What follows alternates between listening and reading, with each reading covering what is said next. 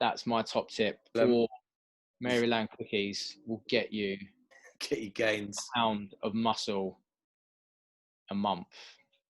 You've got to eat those every day.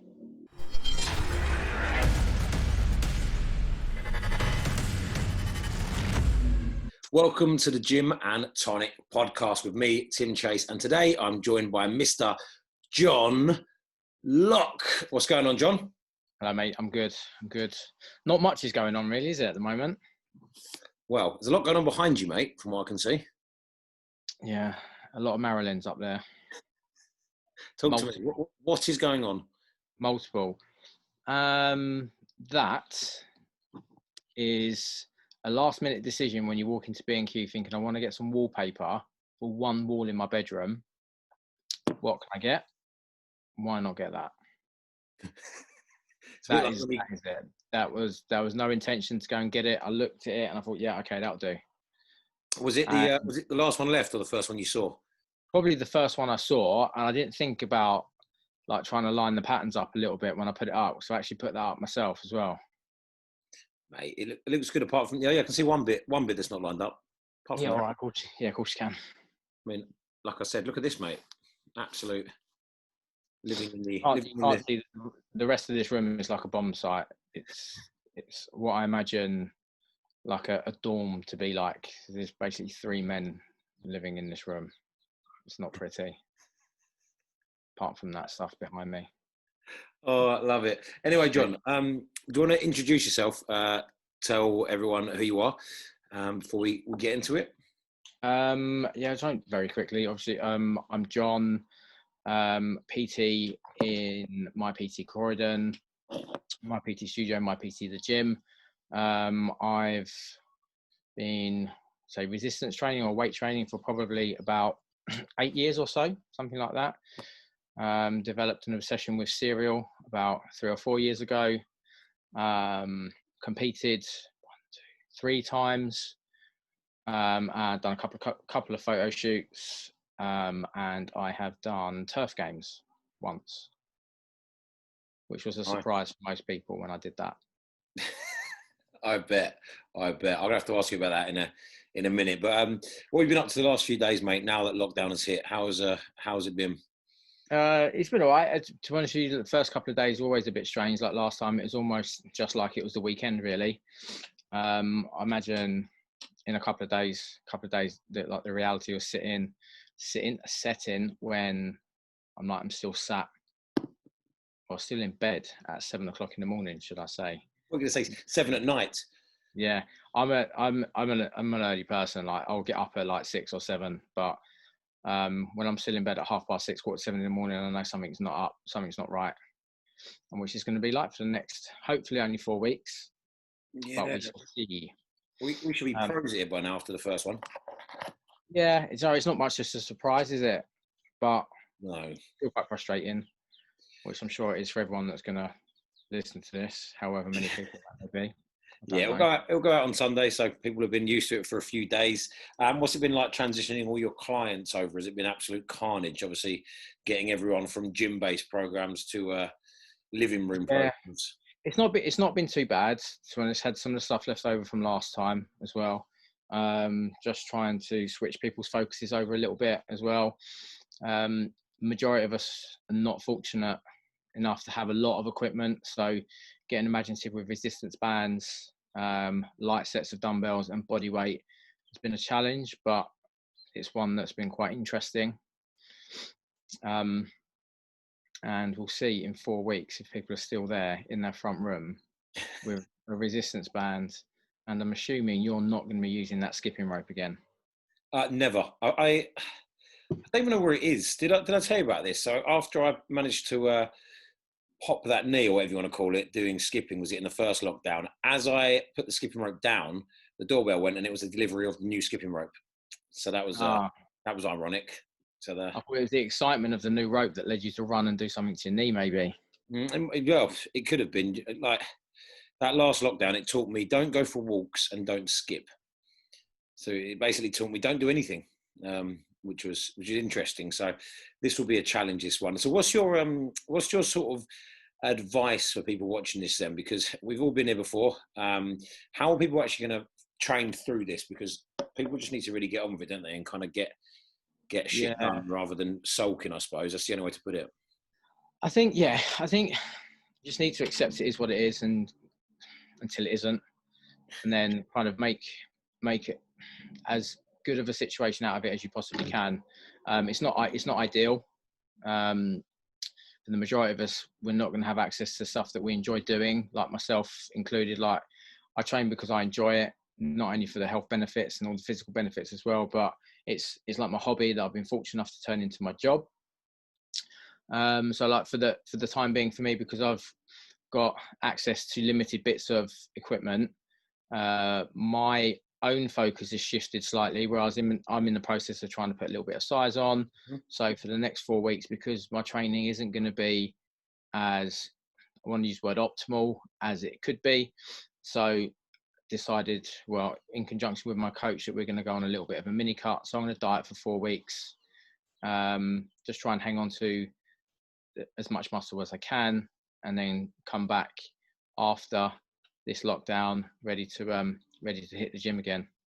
So is that what you're kind of suggesting, that maybe people do, well, if they haven't got access to a lot of kit? Is there a mini cut potentially, or do you reckon it's yeah, so like the guys on? that I've got that want to put size on, they're in the process of trying to put on a little bit of muscle. It's our focus has shifted slightly more for like preserve muscle. I think there's probably a different way of putting it, but yeah, trying to hang on to as much muscle as we possibly can. So just trying to go through like maybe a maintenance phase, or maybe even a bit of a phase where we don't really worry so much about what happens too much with weight, as long as it doesn't creep up dramatically for most people, as long as it doesn't fall off hugely. Like the goal is going to be to use whatever you can get your hands on, quite literally, and hang on to muscle throughout this period of time. Probably a good idea. And I suppose I was speaking to someone yesterday, and I think week 1 is a good idea to kind of use that deload rest week kind of mentality. You think, well, I'll have a little week where I kind of reset myself, hoping there's only 3 more weeks where you could either go into like high reps, or like you said, just trying to maintain while potentially pushing calories up and increasing things like mobility, and maybe even things like muscle activation, priming, because I know you're kind of into all that stuff, you know, actually activating muscle fibers are working. But how much of that you can do at home with a band, I'm not sure. Yeah, I think looking at, annoyingly, I took a deload last week, so you know, I couldn't have timed it any worse if I'd have tried. Oh, God, really. yeah, you rested. There we go. Yeah. I had 5 days off last week, and then managed to get into the gym for 3 days before we got told not for the foreseeable future. So yeah, I mean, like, now would be a great time to kind of really focus on if there's any movement patterns that people are struggling with, if they're not sure on their squat, and not sure on how to do like a press up, for example. Those are going to be like 2 staple moves that no matter where you are, what equipment you've got, that you'll be able to do. So just get really good at those. And have a look around and see what you've got that you can use to apply like a little bit of like external force on your body. Would you say to not really get bogged down then with the actual content of the session, you know, reps and sets and weight, and basically just get in and get it done? Just give yourself like a 5-day, 6-day training plan, or whatever it may be, hour sessions, and just say, just get in and just do whatever you can. It could be a case of like a day on, day off, full body exercises, or full body sessions, so to speak. So have a day on, day off, and then next time you go back to that on like a Monday, then a Wednesday, then realistically your body should have recovered from the Monday, ready for the Wednesday, and then go again on Friday, rest Saturday, go Sunday, and just kind of like zigzag your week along like that. And just have a look and have a little think about the fact that, like, your body doesn't know that you're in a gym. Your body doesn't know that you've got a dumbbell in your hand. Your body doesn't know that you're in a machine. All it knows is that it's got something pushing you in one way, and it's trying to push against it. So try not to get too bogged down by the fact that you can't go into the gym and use your favorite machine and pick up the dumbbells that you want to use. What you might find is like volume is potentially going to have to go up. So to preserve muscle, to grow muscle, you need to take it to a point where it fails. If you have access to like heavy stuff, so for example, if I was to try and squat you, I wouldn't have to go for as many reps if I was to try and squat myself. There's a slight bit of weight difference there between us. A little bit, especially now in lockdown. But yeah, so I think a kind of upper lower is a good idea. And I know potentially probably for you and the same as me, if I was to now do like a leg workout, for example, using, I don't know, let's say a sumo squat, carrying a bag that's heavy, I don't squat. So potentially if I was to do that with, you know, good depth, maybe elevate my heels or squat onto a seat or something, 20 reps, maybe slow the tempo down, I'm probably actually going to get a little bit of growth in a weird kind of way, because I haven't done it. Like I've just been, you know, just smashing extensions, curls and presses. So potentially you can have like a little bit of like a novel stimulus there that your body's not used to. So if you've got like an old rucksack, load it up with, if you're anything like me, I've got, where are they? You just reminded me, John, of the I used to work at Fitness First, and we used to give out free rucksacks when people joined. And they used to, I remember getting one of those rucksacks. People used to load them with weight to do chin-ups, and they were the worst rucksacks ever. And the amount of people that you'd see go up to do a chin-up, and the whole bag would just collapse. Rip open. Like I've got multiple books, like just sat here. I have this thing with like someone suggests buying a book, so I buy it. I don't read it. So just find whatever you've got laying around in your house, and then just fill a rucksack up with that. Squat, go for a walk with it. Anything you can do that's gonna be better than just basically sitting down doing nothing. You also reminded me, a guy I know used to do a lot of boot camps with, used to make his own sandbags. So now garden centres are open. All you need to do is buy one of those big sacks. I can't think what they're made of. You know, the like Hessian material. That's it. Yeah. Fill it with anything you want: rocks, sand, you name it. And I'm guessing now there's a lot of companies selling home workout kit, because the first lockdowns prepared all these companies. So I'm assuming you can actually go and buy some weight. There's loads of places now that are like actually like manufacturing plates and stuff like that. So depends if you wanted to kind of spend the money on buying like a set of weights, like a barbell, or make your own. I did consider it. There was one that was on sale and it was delivery in about 3 weeks time, so I thought maybe not worth it, being optimistic that we're going to be out when Boris Johnson promised us he would let us out. Yeah.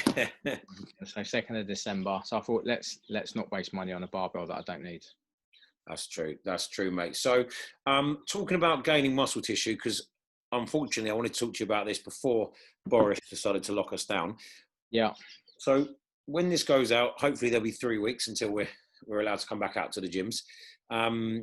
What's, you know, kind of the best way at the moment you've been finding with clients or with yourself, the best kind of focus areas for actually gaining some sort of muscle tissue? Is it your training frequency, volume, training split? Is it in the kitchen? Kind of where have you going with it? I over the last probably 2 years or so, I've kind of adopted the principle of like quite high intensity and quite high frequency. So I'll try and train the body part at least twice a week, because that's what I enjoy. You know, it's like I go in when we're in a position where we've got access to heavy load, I'll try and do something relatively heavy, like something 6 to 9 reps, and then drop off until like a 9 to 12, because that's what I enjoy. Is that what you mean by intensity as well? You mean intensity as in the actual amount of weight shifted? So the intensity would be how, on a scale of 1 to 10, like how intense. So 10 being like super intense, like number 1 being like really, really low. So you're getting out of bed and going for a walk. Number 10 is like you physically couldn't squeeze out like an extra rep. You're not sure if you're going to pass out, your eyes are not. Not sure. Yeah, I think we've all seen those videos where someone's doing a deadlift and next thing you know, they're face planting into the rack of dumbbells in front of them. That's probably like an 11 or a 12, something like that. So like for me, is I enjoy the challenge, like mentally and physically, kind of pushing myself up to that 9.5 out of 10 feeling. For that reason, my volume is quite low. So like a 6 to 9 reps, but my frequency is quite high. So I'll be doing 2 leg sessions a week, or every 10 days I'll do 2 leg sessions. Every 10 days I would have done 2 push sessions and 2 pull sessions. it's an interesting way of training, not one that everybody would enjoy doing it. I'll be honest, when I first started doing it, I tried it out with clients. Some of them didn't like it and didn't respond well to it at all. What's So the 2 a week style? the more the high intensity stuff, so kind of really taking people to failure. Yeah. With the heavier loads, like failure at 20 reps is different than failure at 6 reps. It's still different, but it's a different feeling. And how many sets are you putting these people through, or yourself through, to twice a week, 6 reps? Are we talking high volume on the sets as well, or? I'll do 2 working sets, but that's because that's how I enjoy doing it. It's not to say that you couldn't go and do like 3 sets of 10. So I've got clients that do very, very similar. It'll all be based on what they enjoy doing. Yeah. And where their concentration levels are at as well. Like, for example, I've got one particular guy that get him past 10 reps, concentration levels like fall through the floor. So like he's one that will go like 8 to 9, something like that, just so I can keep switched on. I find it's that with clients, it's that toss up, and the same with ourselves, between what you want and what you need. I write a session is what I need, and I go and say, right, I'm going to do 2 working sets, and then I'm 2 sets in, and I think, I really like this exercise, so I end up doing a 3rd one. Yeah, and I think 3 it's exercises later, you regret it. Yeah, it's having that balance of, like I said, what you need, but then you need a little bit of what you want on there as well, because otherwise, why are you going in there? It's true. Like, how many total sets are you talking volume wise in a session? This is something that I toss up in my head all the time. Because how much is junk volume and how much is real kind of working sets? I do 10 sets and I'm completely fucked. I do 24 sets and a lot of them are just, I think it's just filler. They're just junk. Yeah. So like I'll do, for example, I'll give like a normal session for a push session would be 1, 2, 3, 4, 5, 6, 7, 8 or 9 sets across 5 exercises. Oh wow! Two of those sets will be like, there's, what rest pause technique is. So 2 of those sets will be rest pause. So they're almost like 3 mini sets within a set, if that makes sense. But effectively, like my programming is probably 8 to 9 sets, probably 9 or 10 on legs, 6 to 8 on push and pull. Okay, that makes sense. And that kind of, I'm assuming then most of your splits at the moment are a push pull legs kind of. I'm on push pull legs at the moment. Push pull legs, push pull rest, legs rest, and then repeat. Okay, yeah. No, that was the last that I was doing. And for I know a question I got asked was about how to basically where can they get a set of your calves. So I don't know who that was addressed at, but either way, I'm assuming definitely not me. We'll say the loose question there is, how would you sort of bring up a weak body part? I mean, if say someone's calves were lacking, how would you bring it up? Would you keep that push pull leg split, or would you put more emphasis onto certain body parts? Or okay, so we'll look at calves as an example, because that's a massive thing, not literally, but a big thing for most people. For example, like my calves, when I do them in a leg day, they don't come last. Yeah. So you would even potentially look at putting them at the very, very beginning of a session. All your energy is still available. Like doing a set of calf raises isn't going to tax you as much as doing a set of squats. So if like you've got body parts that are a priority, treat them as a priority, put them at the beginning and train them frequently. Calves take a hammering like on a day-to-day basis. And if you want to grow them, then, and this is ironic coming from me, I haven't really got any calves. If you want to grow them, then you need to hammer them frequently. And put them at the start. I mean, how frequent's too frequent? 3 times a week? Do you reckon you get away with that? 3 times a week. You could literally do it every other day. Yeah, with calves? You wanted to. Yeah, I would say every other day. And like volume as well. So anything from like really heavy to a lot of volume, anywhere between 6 reps to 30 reps. Yeah, I mean, that reminds me of another. I've got so many questions about hypertrophy and things like that. And obviously it's all done by just trial and error and what works on what person. And what you like. But do you think there is a particular rep range that works best for different muscle types? You know, people always say things like calves, you should train at high reps because they're a more of an endurance-based muscle, or do you think just don't overthink it and just smash the hell out of it? Don't overthink it. Find a training modality or a way to train that you enjoy. And reps for like hypertrophy will range anything from 6 to 30. As long as you're reaching failure in a nice safe way as well, and like technical failure, not like your body failing. So don't get like 10 reps of a squat out and then you hit like technical failure and then keep going for another 5, because you'll wake up and then back will be in bits. But just think like, how do I enjoy training? How do I like feeling when I train? If you can mix a bit of everything in there, like a 6, and then to a set that contains 25 to 30 reps, you've got everything covered. And then the key thing is going to be to make sure that you're eating enough, but not too much. For the majority of people, like, you're potentially looking at being able to put on maybe like a pound of muscle every 4 weeks, maybe 1.5 pounds every like half a kilo, which is half a kilo. Yeah, crazy. People think it's slow. I get messages all the time. So do you? When people are like, "Oh, I've done really bad. I've only gained like 2 kilos this month," and you're thinking 2 kilos. Yeah. And so like over a year. Realistically, if you're looking at like these numbers are just thrown about, like 3,500 calories for a pound of fat, 2,600 calories to synthesize like a pound of muscle. So realistically, that's like, say 6,000. Spread that over, like split that by 30, so 30 days in a month, like an extra 200 calories a day. Yeah, realistically, like probably four Maryland cookies a day will get you there. The little one. That's my top tip. 4 Maryland cookies will get you gains. a pound of muscle a month. You've got to eat those every day.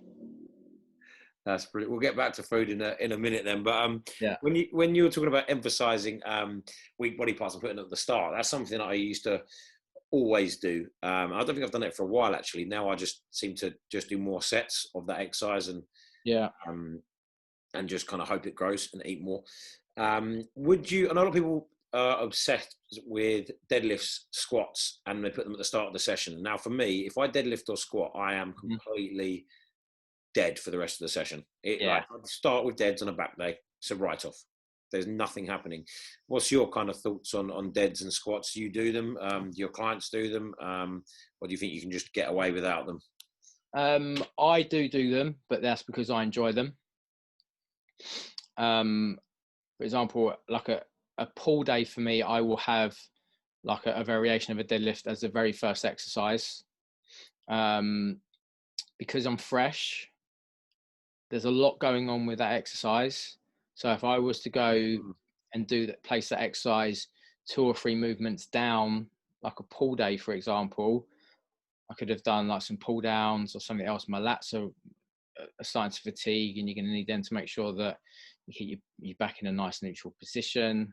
So if I'm going to do a big move like that, then from like my pull days, they will always go first, because that'll be my priority, that I'd really try and, those are the moves that I want to try and progress. Those are like your big bang for your buck. You rack pull, don't you?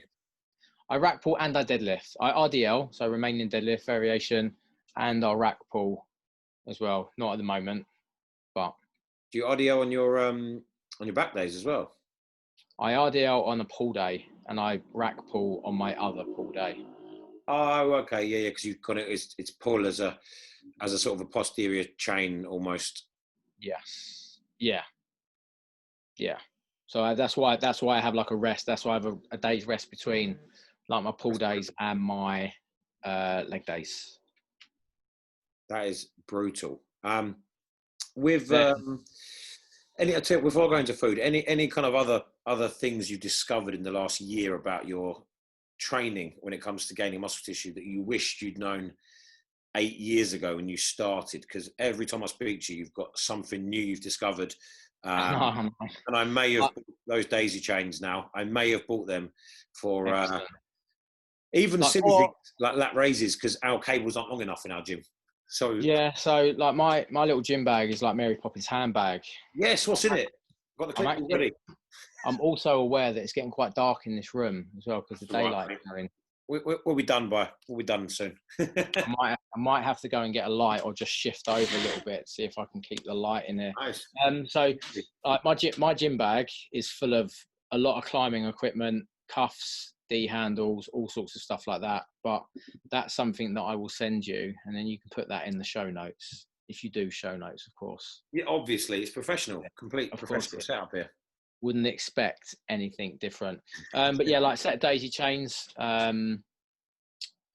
cuffs, basically like ankle cuffs that I'll use for like flies and for lat raises and stuff like that. Yeah, what's the benefits of daisy chains? Because I didn't know what these were until recently. These are, for anyone watching, listening, basically long bits of fabric, aren't they? With basically to extend the cable with loops on them. Yeah, so basically a daisy chain is just a way of attaching.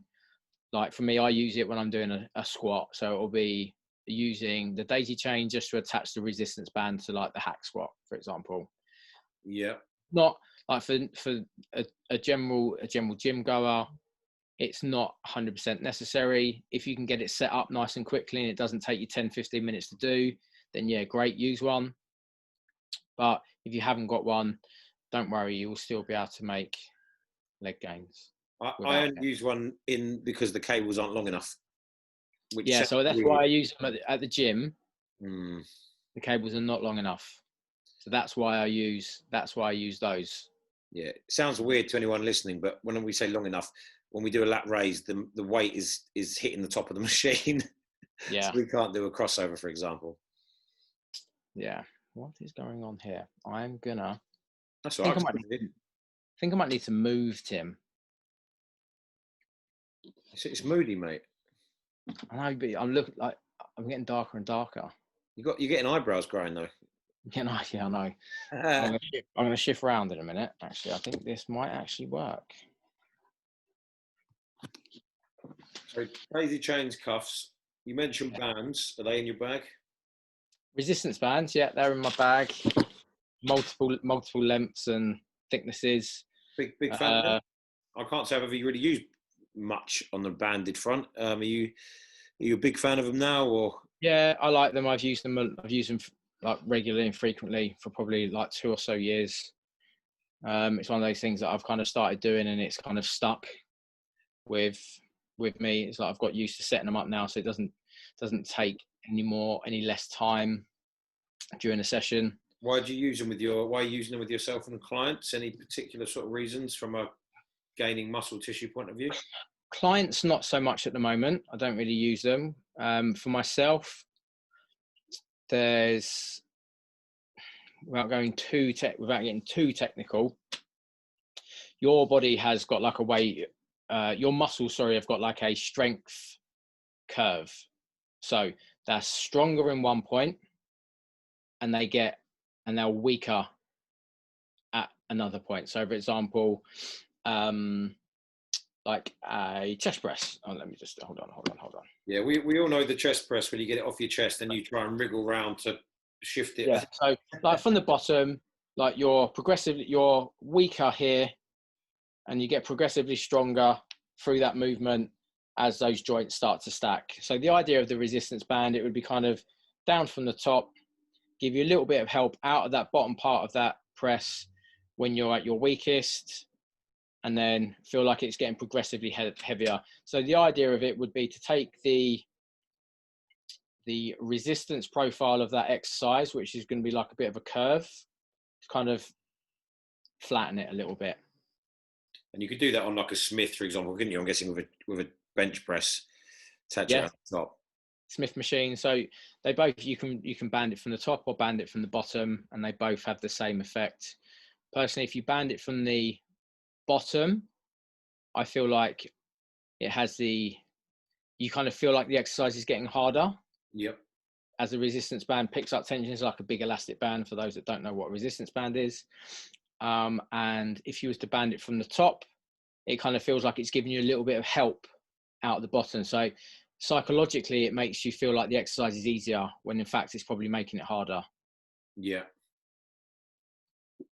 Yeah. Makes sense. Any Almost other tricks sense. in the Mary Poppins bag? Liquid chalk. Never used it, mate. Liquid chalk. If you get sweaty palms, it's a good one. No, I just use straps if I'm actually ever going heavy, which has been very rare. Reset nerves. Liquid chalk and straps. I use them both at the same time. Oh. Belt and braces. Awesome. That's the bag done. Bag finished. Bag done. I actually made mine the other day just before lockdown, so that was pointless. Yeah, mine's just sat in the car now, which is where it's going to be. For I what? hope just 4 weeks. Until you build your own gym. Until I build my own gym, which could be a while. It's true, mate. Oh, well, hopefully only a few weeks we're back out. Yeah. So you build your own gym. But food-wise then, Yeah. let me start with a question. You mentioned about, your weak body parts, bringing them up, or I mentioned it. And you said you do your legs, I think, between 2 rest days for obvious reasons. Yeah. Where do you have a cheat meal once a week, or do you have refeeds or high carb days or high calorie days? I'll be honest, my food's been relatively high recently. And towards the end, well, just before lockdown, before I took that deload, there was like a free meal introduced as well, just to help push calories up, because my appetite was quite not low, but yeah, like I was struggling to get the food in, which I never thought I'd say, to be honest. it's weird, isn't it? Weird when But, you're dieting, you're starving, and then you put the calories up, and you don't want to see food again. yeah, so the idea behind the mini cut as well is to kind of help drive my appetite up a little bit as well. So like at the moment, like no free meals, but I'll make sure I'm including food in there. That means I don't really feel like I need to have a free meal. Got you. Where would you put your free meal when you're allowed one, or when you have one? Would you put it before your like leg day, or let's say your weaker body part, or on it, or after? Because for me, if I have the free meal, the cheat meal the day before, I don't know how my guts are going to be on the day off. Yeah. Especially if it's before legs as well. So yeah. I would probably think about having it like on the day of, if I like psychologically, if I had a body part that I wanted to bring up, and I know that more food I eat, then that's going to help bring that body part up. Psychologically, I think, right, okay, I want to bring my chest up. So, right, okay, let me have that free meal on a day that I've trained chest. Yeah, I think you feel like you earn it as well, don't you? You're in the gym and you're like, I can't wait to another set. Whereas I think if you know the food's coming, you're like, I'm going to work hard. Whereas if you had it in you from last night, I just can't be arsed. Yeah, like you say, it's a touch and go situation as to whether or not you have a dodgy cheat meal or not. I can't, mate. I don't know about you, but I can't stop. I cannot stop. Can you physically stop when you have a cheat meal? Is there an off button? No, this is pretty much why I have it in the evening. So, like, not only time that meal on like the right day, have it in the evening as well. So if you're that type of person that can't stop once you get going later on in the evening, give yourself a smaller window in which to stuff your face. Mate, it's so true. But the only thing that stops me is going to bed. But I've realised recently I can get back out of bed. So even that hasn't stopped me. Mate, I'll do it multiple. I've done that before. Midnight snacks, unfortunately. It's mad, isn't it? It's literally mad. But are you a fan then of these kind of refeeds with your clients, or are you just kind of consistency is key, or is it consistency at the moment? As like I said, try and make sure that people are having as inclusive a diet as possible, so that they don't feel the need to have that free food, bad food, cheat meal, whatever way you wanna call it. Yeah. I keep changing the word. I think I'll call it to my clients a high calorie meal now. Yeah. Some people don't like the word cheat meal, do they? Well, yeah, because it's not going to be a cheat if it's on your plan. But mine always ends up as a planned high calorie meal, and then it ends up as a cheat meal. Yeah, and then rolls over to the next day, and next thing you know, your Easter eggs are coming out that you brought. They don't tend to go away. That's the problem, mate. They tend to go away. They stay out. So one thing that everyone would have seen from your image is the Cocoa Pops, the cereal. Yeah. Now, I'm pretty sure that you're getting away with eating these even when you're getting lean? Yeah, so it was something that was introduced probably maybe 3 years ago, I think. 3 years ago? Yeah, maybe even 3.5 years ago, actually. I brought a meal plan from James Hollingshead. Did you? I didn't know he sold them. He did 3.5 years ago. James, if you're watching this, which I'm sure you are, well done for winning. Yeah, because he'll definitely be watching this, mate. 100% going to be watching this, isn't he? I mean, he's there at 7:01 on Sunday night waiting for this to come out. But yeah, so basically he was he just prescribed it. He put it in there like a post-workout 60 grams of Cocoa Pops. Which then the biggest bowl of Cocoa Pops, which is one of the only questions I got asked. I've managed to make it up to a bowl of 200 grams of Cocoa Pops. What was it? What was the question you got asked? I got asked, what is the biggest serving of Cocoa Pops you've ever had? And what are the macros on there? The biggest bowl, the largest recorded serving of Cocoa Pops was 200 grams. I like how you said recorded. Yeah, recorded, yeah. I mean, I have gone through a whole packet of Curiously Cinnamon in an evening before, Yeah. but I mean, that wasn't the question. So yeah, largest recorded serving of Cocoa Pops is 200 grams. And what are the macros on that? Let's have a look, shall we? There's only one way to find out. MyFitnessPal. Let's have a look. And this was all post-workout, yeah, this serving? This was post-workout, yes, actually. Yeah, I've decided, mate, while you're looking for that, we're going to bin off talking about getting lean. I feel like we should just talk about getting big, and because I've got a few questions that people have sent over. So, okay, we can save it for another time, mate. You know, lockdown's long. Right. Okay. So 200 grams of Cocoa Pops is 167 grams of carbs, 770 calories. Yeah. Big hit. There you go. And was it good? Do you know what? No, it was too much. Yeah. Do you not sometimes have, like you do, like have a bagel or crumpets with cereal, have like a buffet? So like now I'm like post-workout crumpets, post-workout cereal. Yeah. Or like I'm trying to find things that are like lower in volume now, just so I can get all the food in. You should do what they do at like a hotel, mate. Have a little hotel sort of buffet. Go and have your pancakes and your crumpets and your croissants. Yeah, a bit of jam, bit of crumpets. Yeah, you on your crumpets. Are you butter as well or just jam? Just jam. Yeah. Just jam. Yeah, those jam or butter. It's one or the other, isn't it? Really. Or peanut jam and peanut butter if I'm having it in the evening. Oh, very American. Which is a very good combo. You've now gone really dark. This is brilliant. That's one thing they've got right. What, America? Yeah, jam and peanut butter. I can't disagree right now, mate, with what's going on in this stupid election, mate. It's gone mad. Right, let's get some questions, mate, because you're getting progressively darker. So I know. I might have to shift around again. Let's see if it works. Stay there. You'll be back on soon with Mike, who's Mike was excellent, mate. He had, like the lighting was set up right. Oh, do you know what? I was going to buy one of those ring lights as well, and I thought, no, I'll be okay. Don't worry, mate. It's a little bit better. Right. Question number one, mate. What's the exercise you can't live without? And in brackets, Tim, you as well, apparently. Deadlifts. Deadlifts? Yeah. Okay. Mine's lat raises. Oh dear. Yes, next. Did 10 sets today, mate. That's what you do with dumbbells. You do 10 sets when you're at home. Right. Did you find the gyms busy after the last lockdown, or were people avoiding them? Busier. Like January, wasn't it? Yeah. A lot busier. It was crazy. Like people were going mad for it. Like Christmas had just gone. It was like it was ready to start a new year. I think a lot busier. Yeah, I don't know. I don't think it'll be the same this time. I don't know what you think in December. I think we'll wait till New Year now. I think so, unfortunately. Yeah, because it's dark. It's dark. Cold. Yeah. Yeah. Right. How easy is it to motivate yourself when you spend the day trying to motivate others? That's a good question. Here's a good question.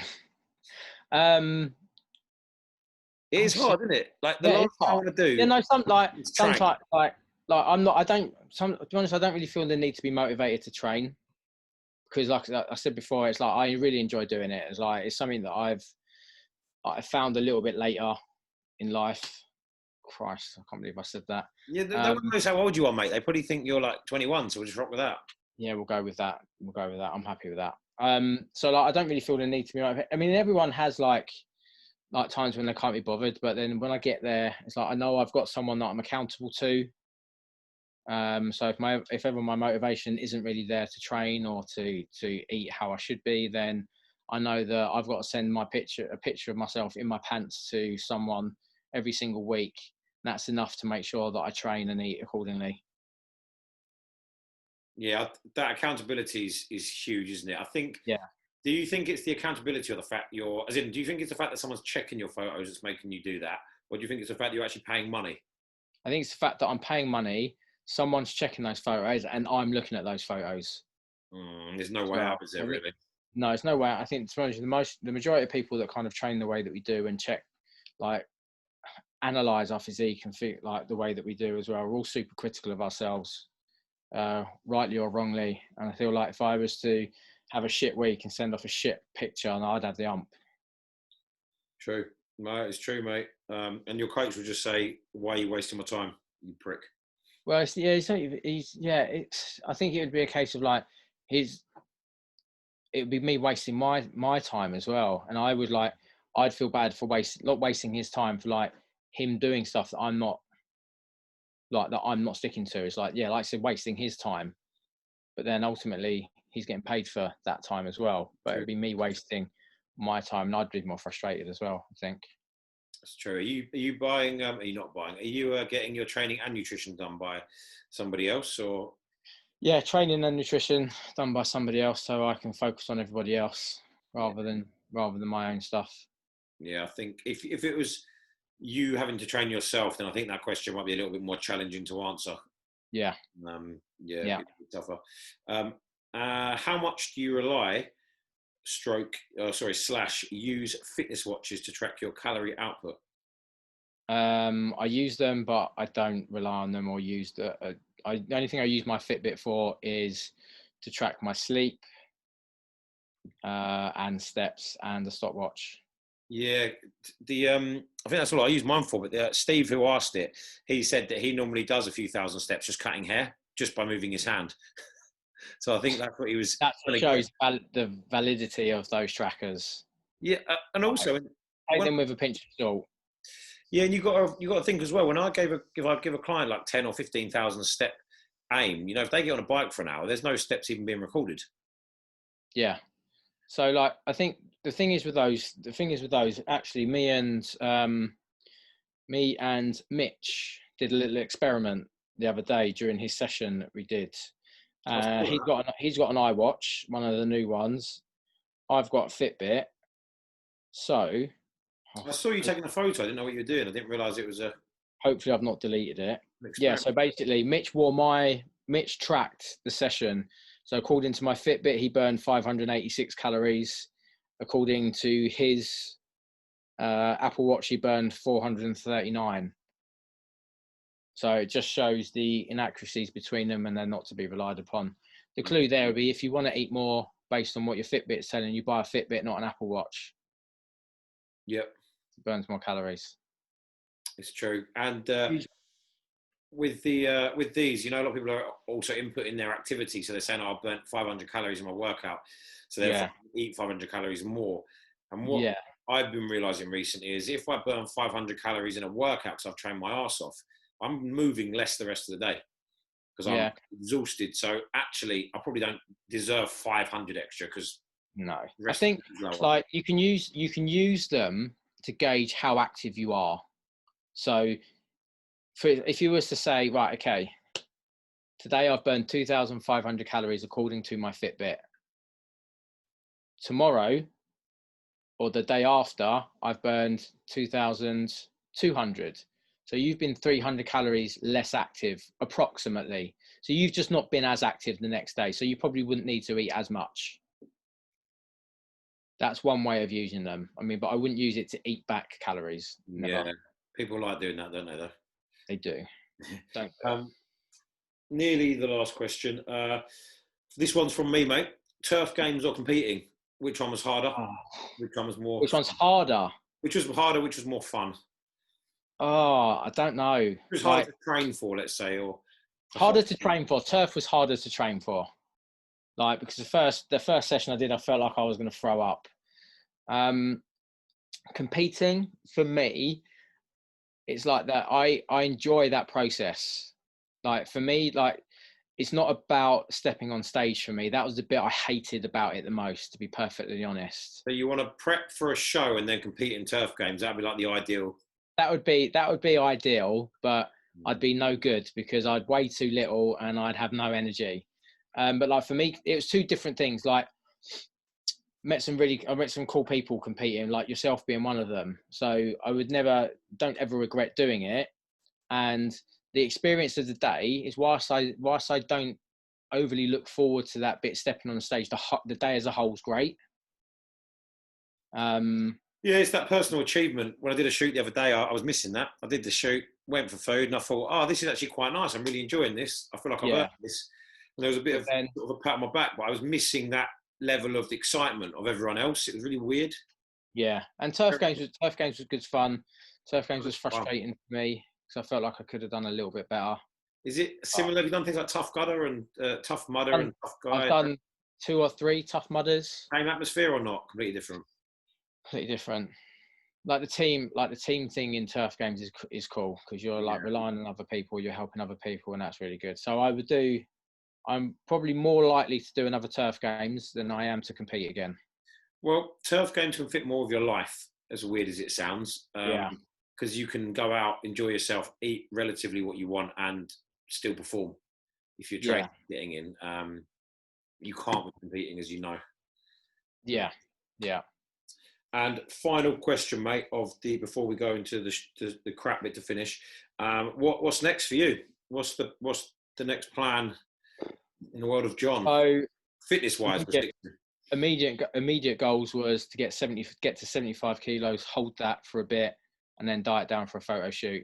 Even though I said I don't want to compete again, that was the next step. Now? I think that probably will. I'm 73 this morning, but obviously I'm dieting now, so I probably anticipate being down to like 71 by the time the end of this 4 weeks is up. And then push it up. And then when are you looking to do a photo shoot? And push it up. Whatever time, I'm in no real rush. Like I might get to 75 kilos and think, actually, I might be able to put another one on without looking too bad. Yeah. So maybe like February, March sort of time, March, April sort of time, depending if we're allowed to do it. Yeah, you should be able to with a shoot. You should be able to. There's always little loopholes. So, I ain't done this. Anything, mate, you want to put in the bin? Gym and tonic bin. Gym and tonic bin. I would like to put Strava screenshots on Instagram stories in the bin, please. I haven't seen one of these. What the hell is that? I've seen them. Keep an eye out on Instagram stories. You'll see them. What are they? Strava, is that where you track your running or something? You track your run or your cycle. Oh, like Map My Run almost, like the Under Armour one. Oh. Yeah, put those in the bin, please. Well, do they only come out in lockdown? Because last lockdown there was hundreds. Yeah. One thing I'm not going to be doing this lockdown is a 5K run. No. It's too cold. No, unless you do it sponsored, mate. Couch to 5K and you collect beer money. That's not happening.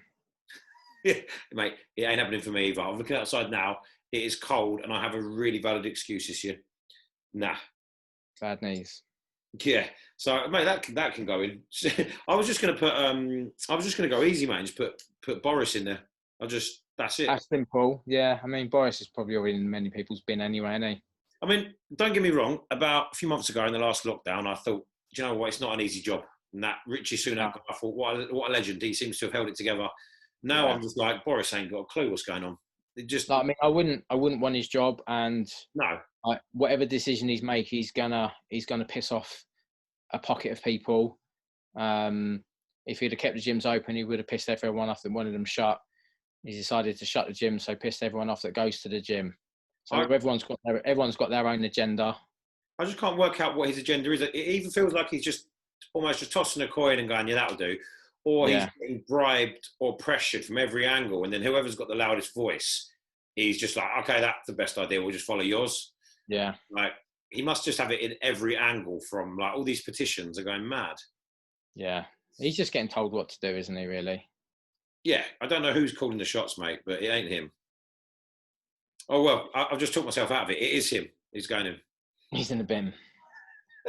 Right. Quick right, mate. I think I need to go because it's so dark here. You can hardly see me. Final, we're wrapping it up. Favourite alcoholic drink? It's the most important bit. Moretti. What the bloody hell is that? Beer. Oh, okay, done. Favourite food? Pizza. Favourite body part to train? Ooh, legs. Dream job? Oh, I do it already. I do it already. PT or you got a sideline? That's a bit too cheesy, isn't it? A race car driver. Nice. Favourite music to train to? We need 2 songs to the playlist that is live. Oh crap. Okay, so probably going to be like rap or hip hop, something like that. Playlist. Hold on. You have a look. You can hit us with your social media links, mate. Where people are going to hit you up for some home PT. Yeah, so they can actually see what I look like now that this video is. So yeah, just Instagram is John Locke _coaching. And I'm pretty sure you would have seen me on Tim's thing by now. So, where is it? Wiley Flow by Stormzy. Oh, another Stormzy one, actually. Still Disappointed. You want those 2, yeah? Those 2, please. Stormzy. Nice, okay. Awesome, mate. Well, that's pretty much it. What's your number one big top tip to live a healthy, happy, fit life? Stop giving a fuck what other people think. That's it. We're done, mate. Yeah, we're done. That is it. Mate, thank you very much for coming on, even though we can't see you. Yeah, no, cheers. And sorry about the lighting. Next one, I'll have one of those ring lights so you can see what I look like properly. all the way through. We do this as like You're probably only going to be listening to this. You're probably only going to be listening to this anyway, and it'll be on in the background, so you won't be watching it anyway. It'll only be my mum anyway, mate. It's fine. But yeah, thanks for coming on, buddy. We're going to get you on in, well, hopefully in a week or 2 with the big man Mike. Yeah. We'll have to get what you do one of those your no laugh lockdowns on here. Yeah, give me a bit. I'm going to order a ring light today as well. So it'll be like here around the back. Everything. That's a good idea. And for anyone watching, listening, check John out. If you are going to do, you're going to do your no laugh lockdown again? I think we are going to do it. But at the moment, this has been a good test to realise that the lighting in my room isn't great. And you didn't laugh, so you did well. Yes. I think you won, mate. Nice one, brother. Well, I will see you soon, and I'll let you close the show out with something. Yeah, thanks for listening, guys. I was really worried that we wouldn't have a lot to talk about, but here we are, an hour in, and we've done it.